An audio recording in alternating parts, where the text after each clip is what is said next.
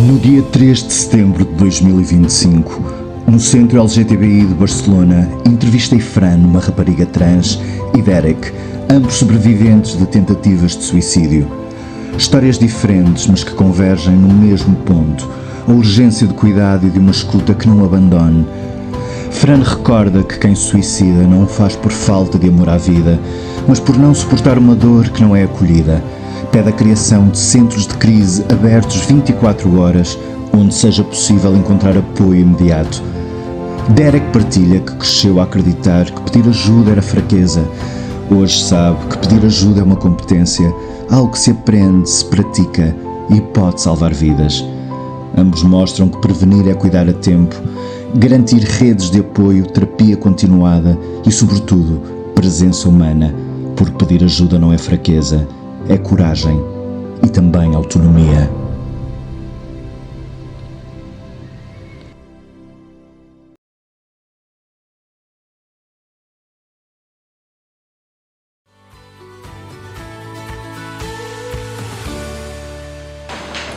¿Qué te ha motivado a compartir con nosotros esta experiencia? La primera de todas las cosas que me ha motivado ha sido que no me da la real gana de que las infancias y adolescencias queer lleguen a este límite. La segunda de las cosas que me ha motivado es que no me da la real gana de que nadie tenga que pasar por aquí. Y la cuarta de las cosas que me ha motivado es que estamos en medio de una epidemia que no queremos escuchar, y si no la queremos escuchar llegará un momento que nos va a arrasar. La cantidad de personas que yo he visto morir a lo largo de este tiempo es bárbara. No consigo dejar, claro, de escuchar en tu voz quizás muchas emociones. Hay rabia o frustración, me parece estar muy presentes. Sí. Y me pregunto, ¿cómo vienes manejando todas estas emociones? Porque, claro, te escucho y pienso, sí, tienes razón. Leo, escribo, lloro, voy al psicólogo, voy al psiquiatra, y desde la más absoluta soledad a veces, pues me escucho y escribo. ¿Y quién hace parte de tu sistema de apoyo? Además de profesionales de salud, es muy importante. Pregunto si sientes la necesidad de compartir algo respecto a cómo te sientes, cómo te ha ido el día, pensamientos, lo que sea. ¿Es fácil para ti encontrar a quien esté disponible para escuchar, para acoger? Sí, pero no. Sí, porque puedo recurrir a dos personas. No, porque el resto de las personas a las que podría recurrir están bastante jodidas. Y si yo sobrecargo emocionalmente a estas personas, las voy a dejar chafadísimas. Entonces, tengo que hacer unos ciertos malabares a la hora de poder coger y compartir con alguien todo lo que llevo dentro. Y además, hay días que lo que llevo dentro es tan bestia que no puedo llamar a nadie. No puedo llamar a nadie porque si llamo a alguien, lo bloqueo completamente, o sea, lo destrozo. Y eso lo tengo que manejar como buenamente puedo. Cuando ya se pasa la marisma, entonces puedo llamar a alguien y nos reímos un rato. Y muchas veces no lo voy a llamar por decirle que no estoy bien, hay veces que sí, hay veces que simplemente voy a poner una excusa. Pero el hecho de escuchar una voz humana me calma mucho. Y mirando hacia atrás, pensando en el intento suicida, Vale. ¿qué te gustaría compartir respecto a lo que te acuerdas de esa experiencia? Esa experiencia la recuerdo y no la recuerdo.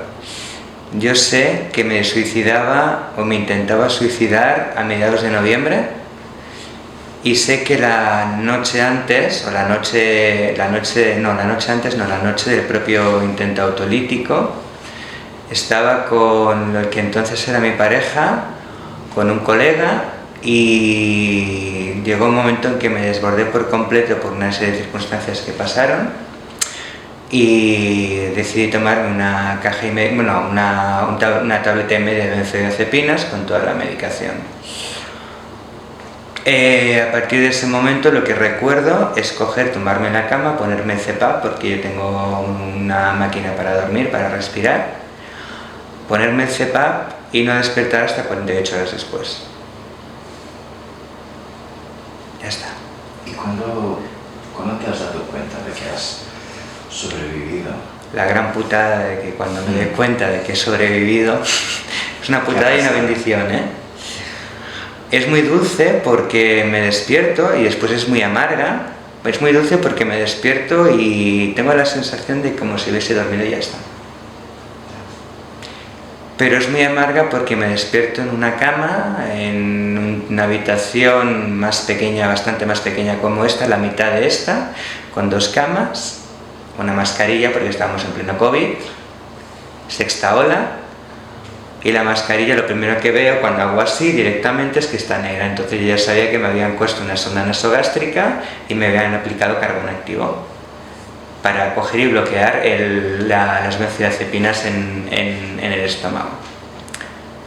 Funcionó porque si no hubiese funcionado estaría muerta, porque era una tableta y media, lo que significaban 15 pastillas. Más toda la medicación que yo llevo, que no es poca, son unos 850 miligramos de carbamazepina, unos 375 de pregabalina, 7,5 de midazolam, 7,5 de lanzapina, 75 de clorpramina, 25 de amitriptilina.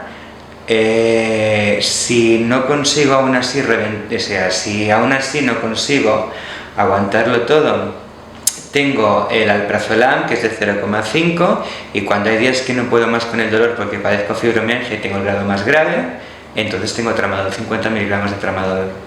Y esta semana he tenido un brote y he tenido que irme solita hasta el hospital para que no me sirviese de nada porque el médico no sabía literalmente qué hacer conmigo. Me acabó dando un medicamento que al día siguiente, cuando lo fui a retirar, no lo podía retirar porque no lo había firmado. ¿Y tú qué crees que podría, de hecho, ayudarte? ¿Qué haría el cambio? Mira, yo creo que el cambio ya está hecho en parte. Queda otra parte que no está hecha, pero el cambio está hecho en parte. Y yo creo que si esto llega a alguien y este alguien pide ayuda y no llega al límite al que yo llegué, eso ya sería una parte del cambio. Sería una parte del ya está, hecho. Es un legado lo que dejo aquí. Hoy este testimonio es un legado. Mirando hacia frente, al futuro, ¿vale? Ahora mismo, ¿qué ves? ¿Qué veo yo en el futuro? ¿Existe algún objetivo, algún escenario donde puedas decir, sí, consigo ser yo misma y estar bien y proteger mi salud, tener esperanza? Sí, lo hay. Lejano, pero lo hay.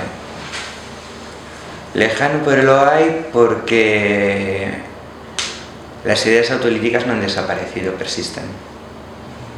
Y es una lucha de un David contra un Goliat. ¿Pero qué existe en ese escenario, en esa fantasía que puedas proyectar en el futuro? Pues yo creo que existe compartir mi espacio con una o dos personas. Voy a empezar la carrera de psicología en la UB, con lo cual la quiero acabar. Si la consigo acabar ya sería un reto bestial. Y existir, pues no sé si existe mucha cosa más. La verdad es que si comparto mi espacio vital con una o dos personas estoy más que contenta. No le pido mucho más a la vida. Bueno, estoy pensando una vez más en el acto y pensando en el impacto que ha tenido a la gente a su alrededor. ¿Qué te acuerdas de eso? El impacto que tuvo en la gente de alrededor fue que hubo un colega que no pudo con ello, hubo un colega que lo vio entrar a la ambulancia, vio cómo se me llevaban, no pudo con ello y se fue, desapareció, no lo volví a ver. El que era mi pareja se desbordó por completo, no me dijo nada Y un año después, cuando volví a hablar con él para explicarle qué me había pasado, qué es lo que había sentido y cómo fue todo, él me explicó que aquella misma noche también lo intentó. ¿Y cómo has reaccionado a esa información? Pues me quedé completamente bloqueada, le di un pedazo de abrazo y nos fuimos a llorar los dos, ya está. Él y yo nos pusimos a llorar, no había más. Y como fue en los ferrocarriles, que era camino de Sabadell a Barcelona y no había mucha gente porque me parece que era un día de estos cercano al verano, pero que aún, no sé si era por la mañana y no sé si era mediados de julio, principios de agosto, a primeras horas de la mañana, no había mucha gente y entonces lo abracé y el hecho de abrazarlo cogió y lo hizo llorar y yo también me puse a llorar. Y con ese mismo llorar y mirándonos los dos lo entendimos perfectamente.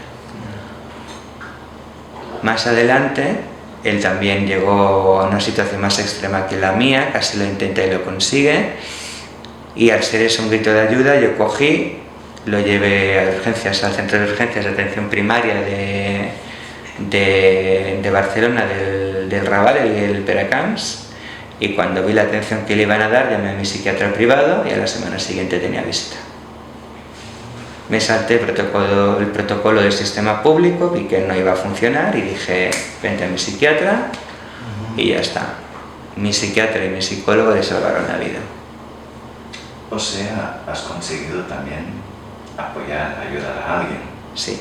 Aunque quizás no haya habido mucha gente capaz de hacerlo contigo. Sí. También recuerdo aquella experiencia que al día siguiente, cuando obtuve el alta, me fui a ver, aquella noche me fui a casa de Judith, una amiga, que es trans también, y al día siguiente por la mañana, durante un mes, me acogió un colega trans también que se llama Alex, y entonces pues reempecé todo y remonté un poco en Tarrasa. Monté de nuevo lo que tenía que montar aquí en mi cabeza y empecé a vivir otra forma diferente de vida en Tarrasa. ¿Otra forma de vida? Sí. Otra forma de vida diferente. O sea, cuando yo me suicidé, yo sabía que suicidarme tenía que haber suicidado hace mucho tiempo, pero había algo que me mantenía aún a flote y sin estallar.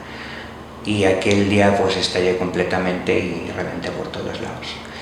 Y claro, al estallar pues me llevé por delante a dos personas que me importaban mucho y de hecho ese fue el motivo por el que también me suicidé o me intenté suicidar.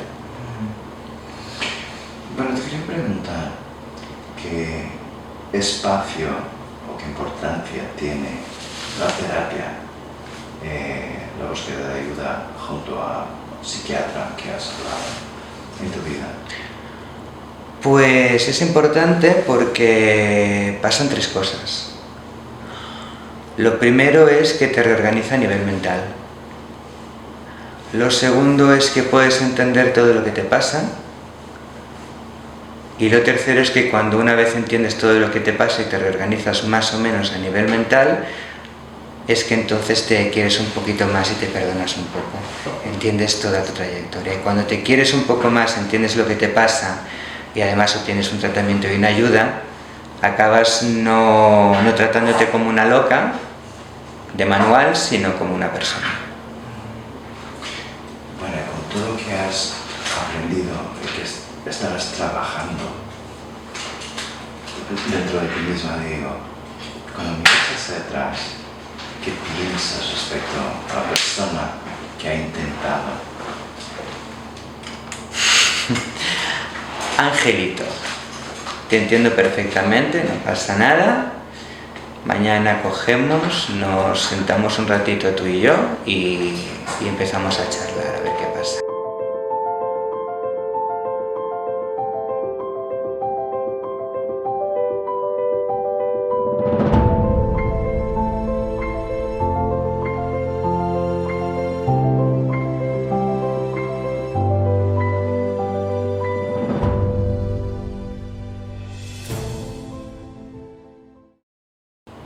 Sabiendo que va a haber mucha gente que te va a escuchar tus palabras, tu testimonio, Me pregunto si hay algún mensaje que te gustaría compartir con la gente que pueda estar, ¿sabes?, en una situación más vulnerable. Hay tantos. Hay uno en especial. Cuando alguien se suicida, no se suicida porque quiera suicidarse. La gente que suicida tiene un amor enorme a la vida, lo que pasa es que no aguanta el sufrimiento que tiene encima. Y cuando estás a 5 pastillas de tener que someterte a electroshocks porque los ISRS y los ISRN en ti no han funcionado, solo te quedan los tricíclicos, y si se acaban los tricíclicos solo te quedan los SIMAO, y no te vas a poder tomar mucho SIMAO porque tomas un montón de medicación. Yo lo que les quiero decir es que te encuentras como en un mar en calma, relativamente, que se empieza a agitar y de golpe y porrazo es una ola de 10 metros que coge, te bloquea por completo, y en ese bloquearte por completo la mente se te ciega y te arrasa. La ola de 10 metros se mete por ti, te arrasa y te lleva mar adentro, y es cuando te puedes morir. Entonces lo que yo quiero que entienda la gente es que en ese momento no somos nosotros o nosotras, es el dolor. Y cuando ese dolor te atraviesa por dentro de forma tan profunda, lo que tienes que hacer es acompañar, no dejar. Y no están solos, ni solas. No lo están. No lo están, ni lo tienen que estar. Y yo les prometo y les aseguro que cuando al día siguiente ese dolor se haya calmado, van a encontrar un poco de paz. Es decir, que no lo intenten, no merece la pena intentarlo. Yo sé lo que comporta, yo sé lo en paz y en calma que te sientes con el intento hecho, pero lo que te espera después es sumamente agotador. Para ti, ahora mismo, en tu vida, ¿qué hace con que la vida valga la pena?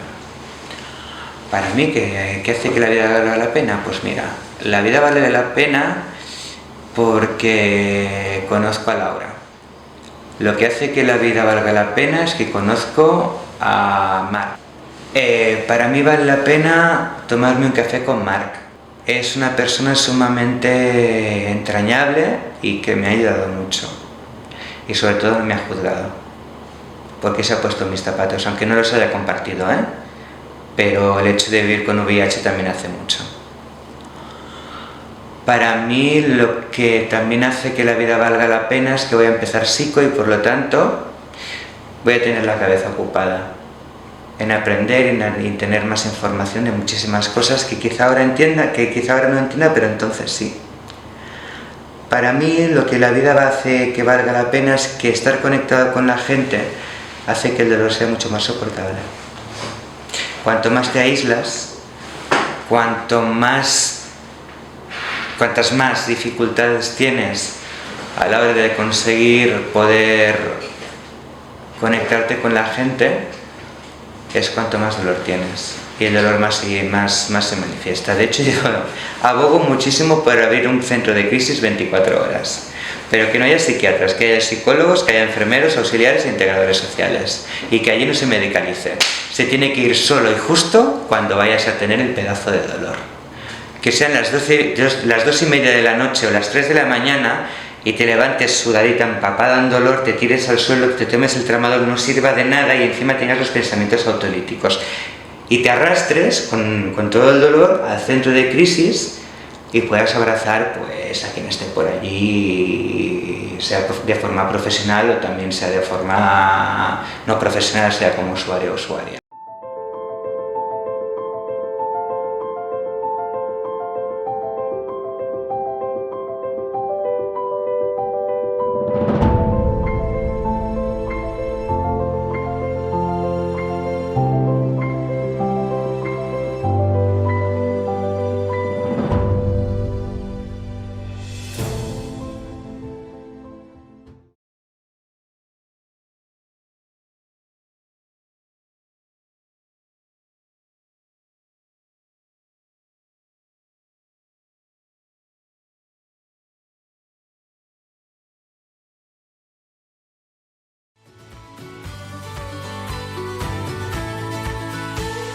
What motivated you to share this experience with us at this specific moment of your life?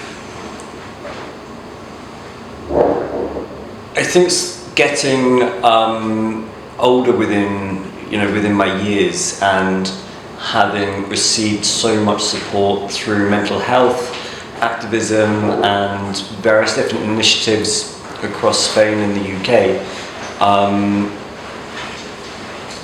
for 15, 20, 25 years. Having seen the call for raising awareness for mental health and for making sure that people feel supported within their own mental health and survival of their own mental health, it was important for me, having gone through an experience that is being one of the lowest points in my life, to help support others within my own community to ensure that that they're still here 20 or 30 years later. Giving back is something that I've really enjoyed doing over the past couple of years within Barcelona. Particularly, I've been doing it in London, back to my own community. So I think this is an important piece of work that I think can help. If it's just one, perfect. If it's 10, even better. If it's more, fantastic. So this is your way of giving back?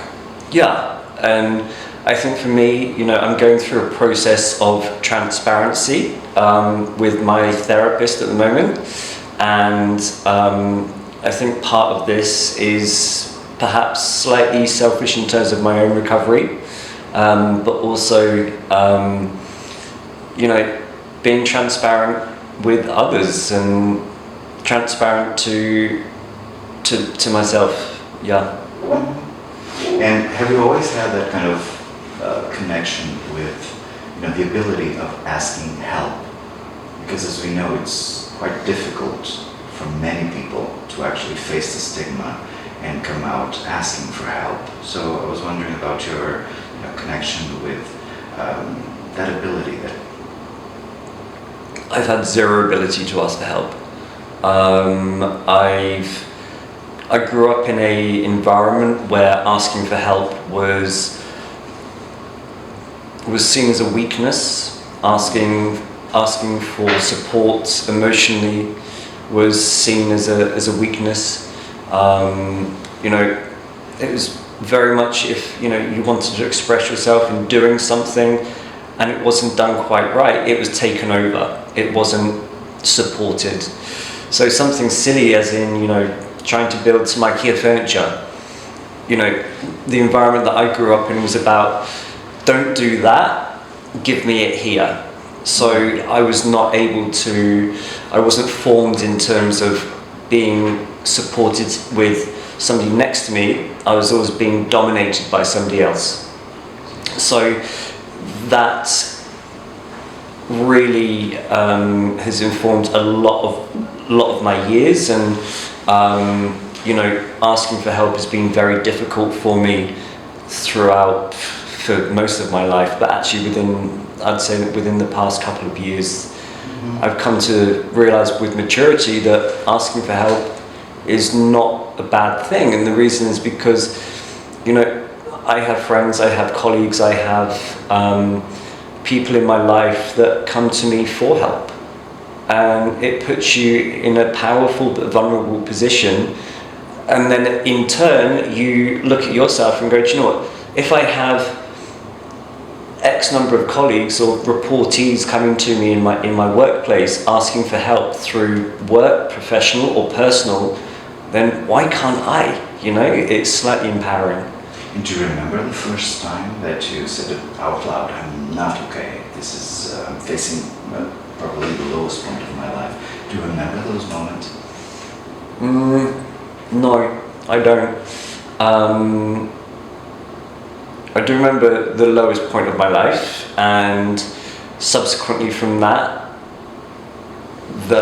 there's not a lot of memories surrounding certain points of my life. And I think that's one of the things that a lot of people don't realise, that when they reach a crisis that they feel that they don't want to live anymore, and go through but survive, it's not often spoken about that you will have and do have memory loss.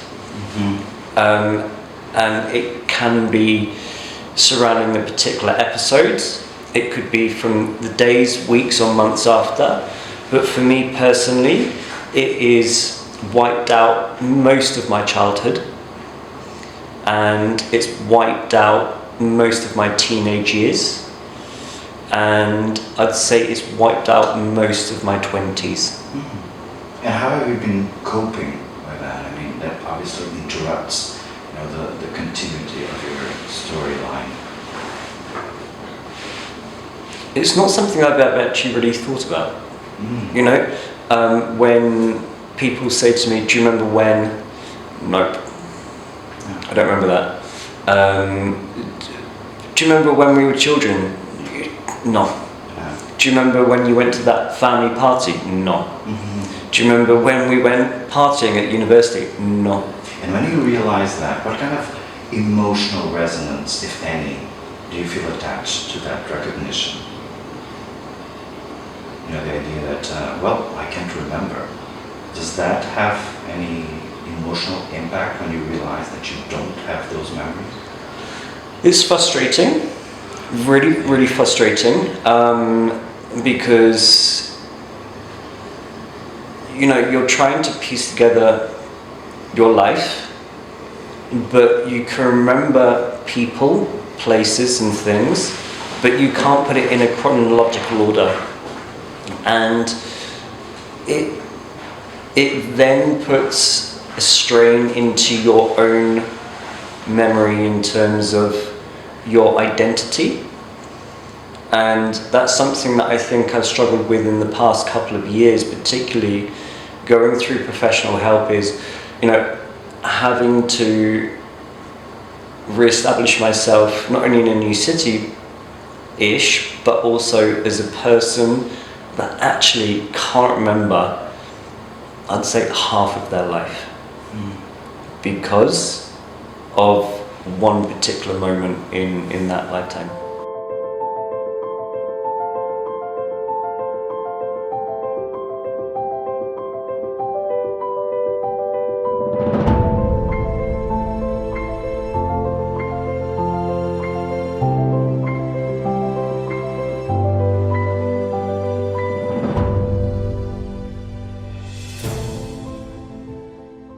So when you realized that you had survived, what went through your mind? What did you feel?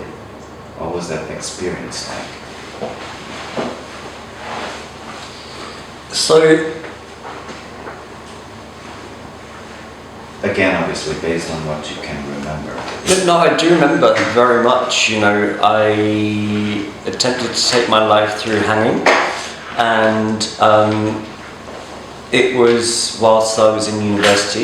It was my last year of university, coming towards the end of graduation, and I was in a crisis of I don't know what to do. I am unprepared. I'm not supported.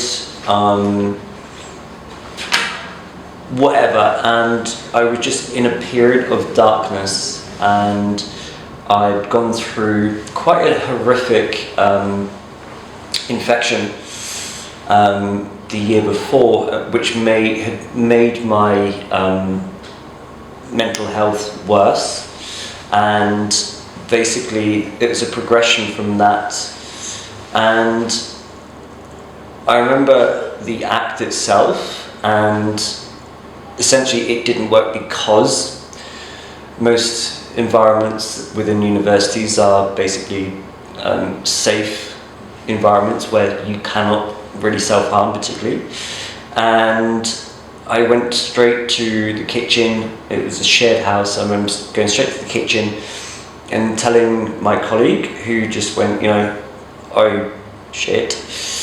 And then she went to tell the accommodation officer, who then called my mum, who was living 350 miles away in the north of England, who had to leave work, who then called my then partner, coming from London, who then all arrived at my house. There was ambulance, there was multiple people that were living in my house, and I was taken to, I wasn't institutionalized in the local hospital. I was taken to a private facility organized by the local health authority, because I was not deemed basically of at risk enough to, so it was basically, I wasn't an habitual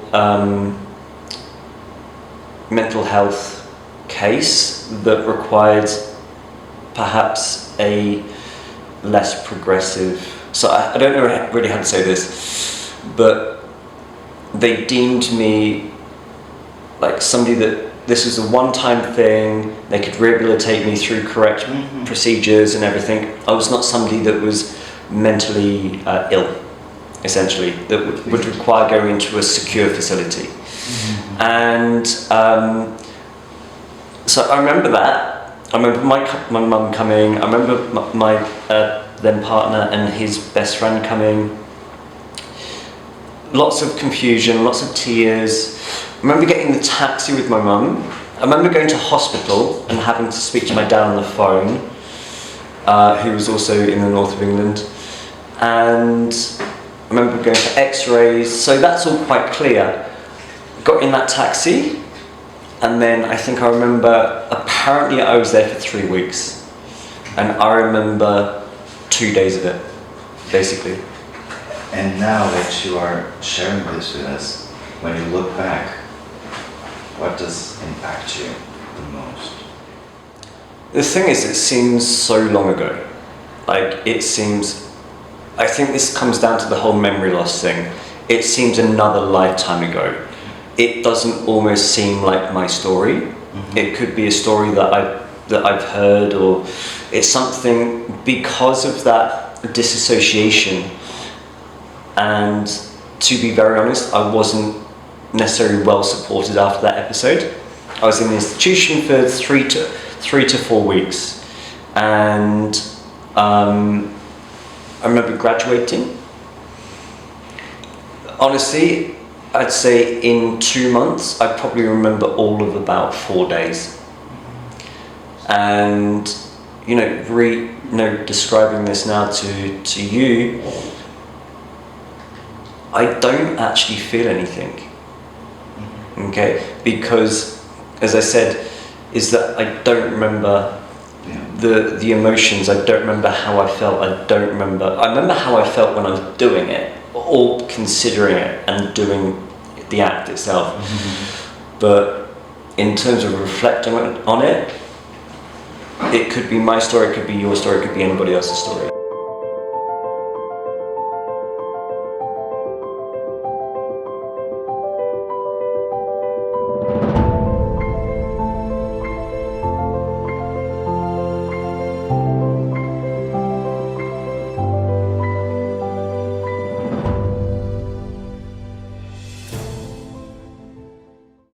Were you surprised about the reaction of people around you?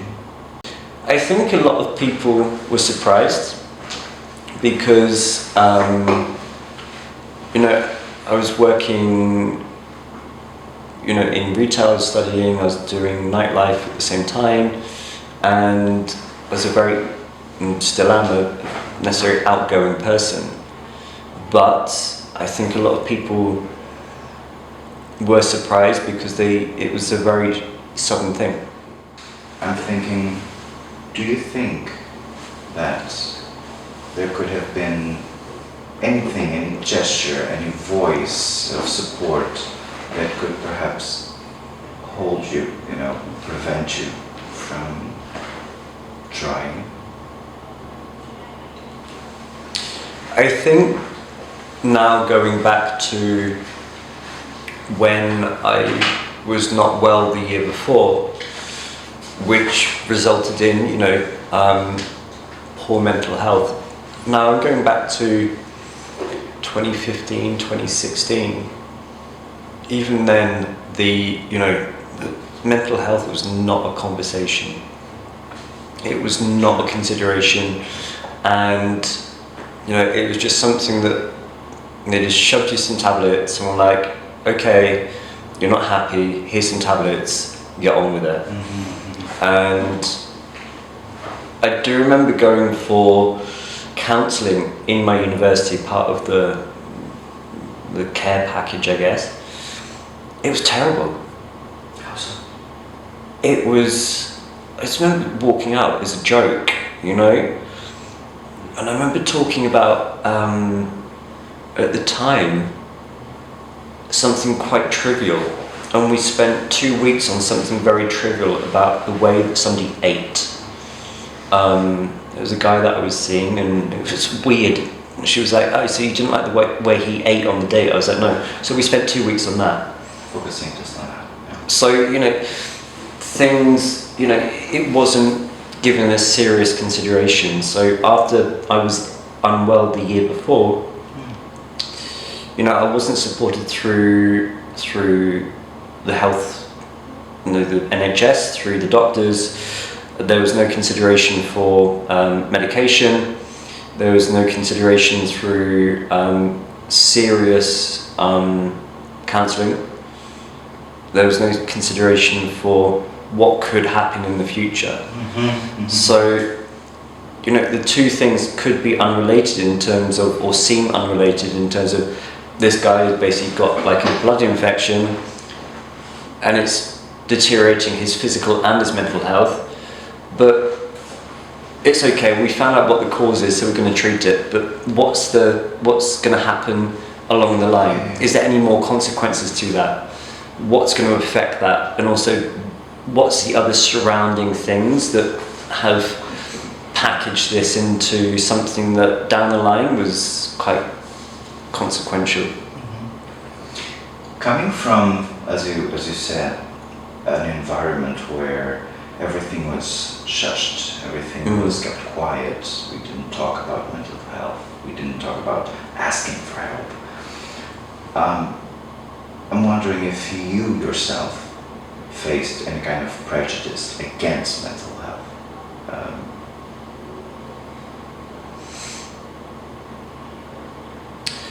I wouldn't say prejudice against mental health. I think that, you know, my mum was institutionalized for a period of time, and so my exposure to that was basically into what we would consider a very serious, you know, wing of a hospital, where you had people with schizophrenia, you had people with personality disorders, you had people that were going through episodes, manic episodes. So, you know, and I was quite young, so I was probably very early teens, and, you know, but of course, being exposed to that at home as well, you always associate poor mental health with just somebody being crazy. I did not see any other path at the time than to die, basically. And I did not consider, because I was not brought up to ask for help, was not allowed to express my emotions, was not allowed to cry. You know, anything that was perceived as confrontational or emotional was not essentially allowed. And, you know, it was done, but it was not allowed, it was shut down. So in my view, what I was going through at the time was my problem and my problem alone. So I was not able to express or share that with anybody else, in my view, in my head. So the only way to stop those feelings was to stop my life.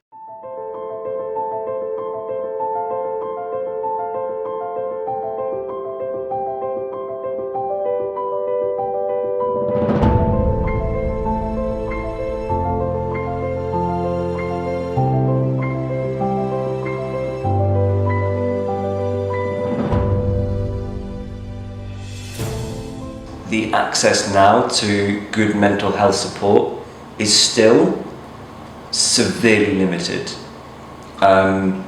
And you know, within workplaces, that everybody's great at offering, you know, dental, health insurance, gym pass, restaurant ticket, whatever.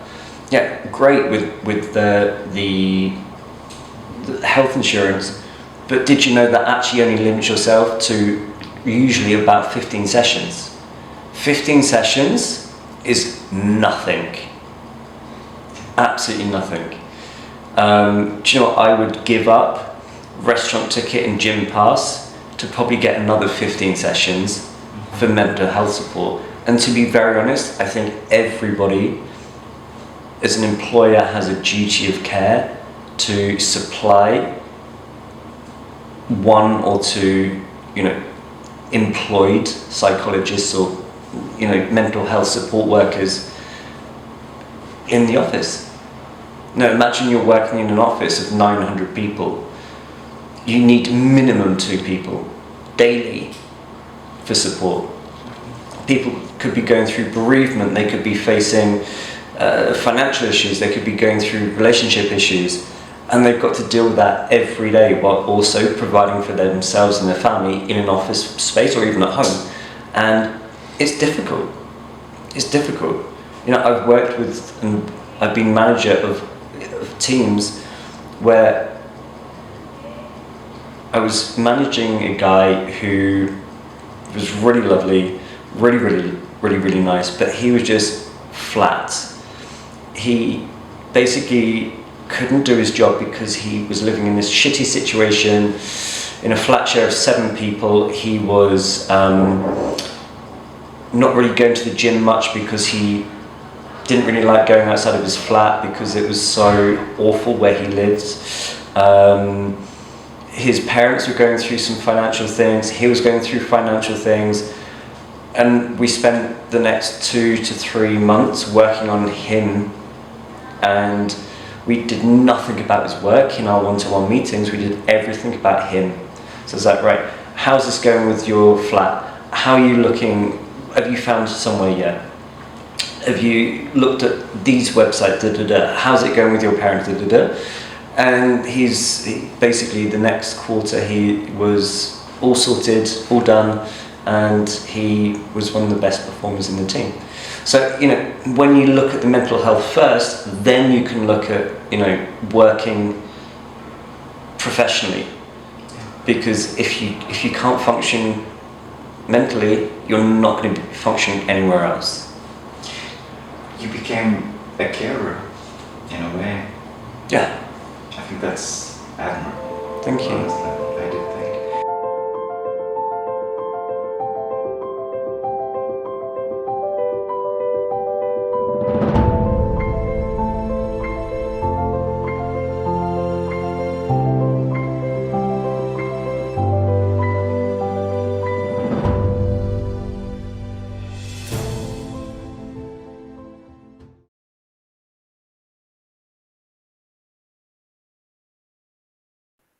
I wonder if you've learned something out of that, about yourself, about others, about life, perhaps, that could help you, you know, rebuild a sense of meaning to that experience. Again, no. God, you're asking so many good questions that I've never addressed. Because for me, this is not, you know, because this is something that happened a significant time ago, is that, you know, the support after, and I remember, you know, having a lot of mental health visits from the nurse, medications, you know, it was like, and how are you feeling? There was no deep dive. Yeah. There was like, are you okay? There was no deep dive, you know? There was no, what was the reason behind this? You know? If there was, I do not remember. I remember within the institution that I was in, within the clinic, that I used to wake up in the morning, be watched whilst I was given medication. And then, like, it was basically a converted house in the middle of nowhere in the southeast of England. And there was a select few people in there, probably about 8 people in there, mostly women. And you were given medication in the morning. And honestly, I don't remember much about those 3 to 4 weeks. And, you know, I don't remember any. I remember meeting with the doctor, with the therapist, with a doctor. Mm-hmm. And then I left. I don't remember anything else. And then subsequently after that, I don't remember anything about actually, apart from a couple of sessions towards the end of my treatment, under the care of, you know, the different health associations. I don't remember much. Sorry. What would you like those mental health professionals to know, to understand? I think, you know, looking back now is to take attempts on life seriously in terms of not only what was the cause of the person to do that, but what's the backstory? Is it something about now that happened, or is it something that's happened for years? And to deep dive and to go back into the cause and effect of that state of mind, because, you know, that's one thing that really does get me angry about the period of back then in terms of mental health education, mental health support, is it was just so terrible in my experience. And, you know, it was basic. And I think it's been basic, and I think in Europe it's been basic for decades.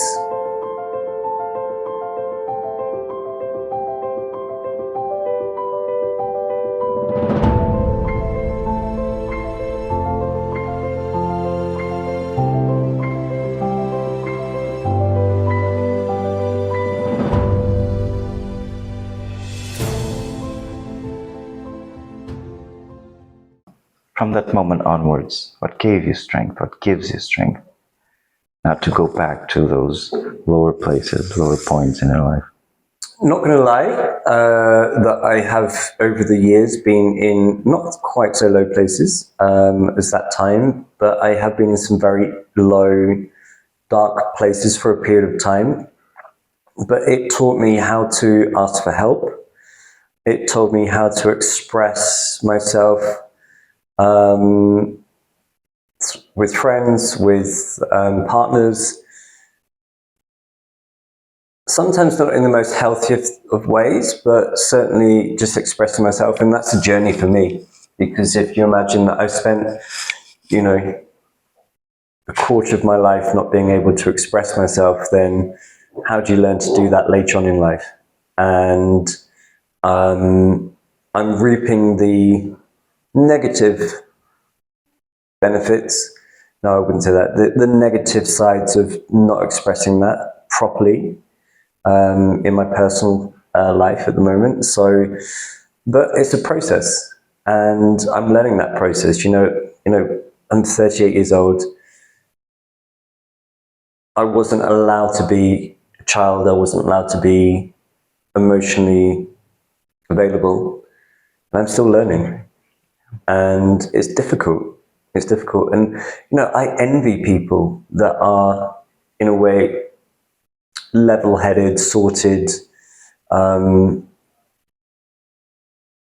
know, people that are emotionally stable, let's say, because it's a skill, and I don't always have that skill, but it can be learned. And that's one thing that I've learned, is that it can be learned, but also taught. So, you know, I take great joy in listening to people, in the way in which people listen to me, and I'm always available for people if they're struggling, but even like, pick up the phone. If somebody calls me and I'm like, oh, why are they calling me? Always pick up the phone. Because there can always be a reason why somebody's calling out of the blue. Because it could have been, I didn't call when I should have done. And if I had, how many people would have picked up the phone? I don't know. I didn't try. But perhaps that's one thing that has taught me is that, if somebody calls, always pick up the phone. Because you never know what is at the end of that. Would I be correct in saying that, or assuming that you might be an example to many, many people? I don't think so. I would. Well, thank you. But would. I wouldn't say that I'm an example to... You're resilient. I mean, you are resilient. This is the pure definition of resilience. Perhaps. I don't feel that way. No, I think going back to, all of the things that I've gone through since that episode is, it's not been the best. I've had a good life so far. I can't complain. It's not been perfect of late, but, on the whole, it's been quite good. When you look at people who, happen to be, fighting, I'm not Greta Thunberg, I'm not, standing up in front of the United Nations, but, I'm doing what I feel is right for me. That's such an overwhelming task. I mean, we can only expect to, or hope to touch people around us. If I do that, then, that's lovely. But it's not something that ever dwells on me. It's not something that ever comes to my mind. Well, people will listen to your words through this interview. So, to wrap up, I was wondering, what would you like these people to learn, to know? Like a final message to people who might be facing the same dark periods that you have. Completely. So I think, today that it's really important to firstly pick up the phone, speak to somebody. If it's a support line, if you can't reach any of your friends, if there's nobody that's around you that you feel that you can speak to, there's plenty now support out there that you can pick up to just express yourself, to not go through with ending your life, basically. And push. If you feel that you are facing a really dark period of your life, and you'll know when it's coming. You'll know when it's coming. Because little thoughts come into your head every now and again. Why am I here? What's my purpose? Do I need to be here? Etc. Those things will come in. And the more and more that comes in, that's the moment that you literally need to stand up. Whether you're in the UK, whether you're in Spain, whether you're in the States, wherever, you just stand up and go, I need the help, and I want the help right now, and I want it ASAP. Otherwise, you won't see me next week. And if somebody doesn't listen to you, go knocking on the next door. And go knocking on the next door. And, if that's a public health service, but honestly, if you need to go to a private individual, a private therapist, a private psychiatrist, do it. Because there's people out there that that will help you. And there's people out there that care. So yeah, always stand up and say, I need the help now. Because that's something I didn't do. And thankfully, I've learned how to do that now. To me, those are the words of an example to follow. So thank you so much. Thank you.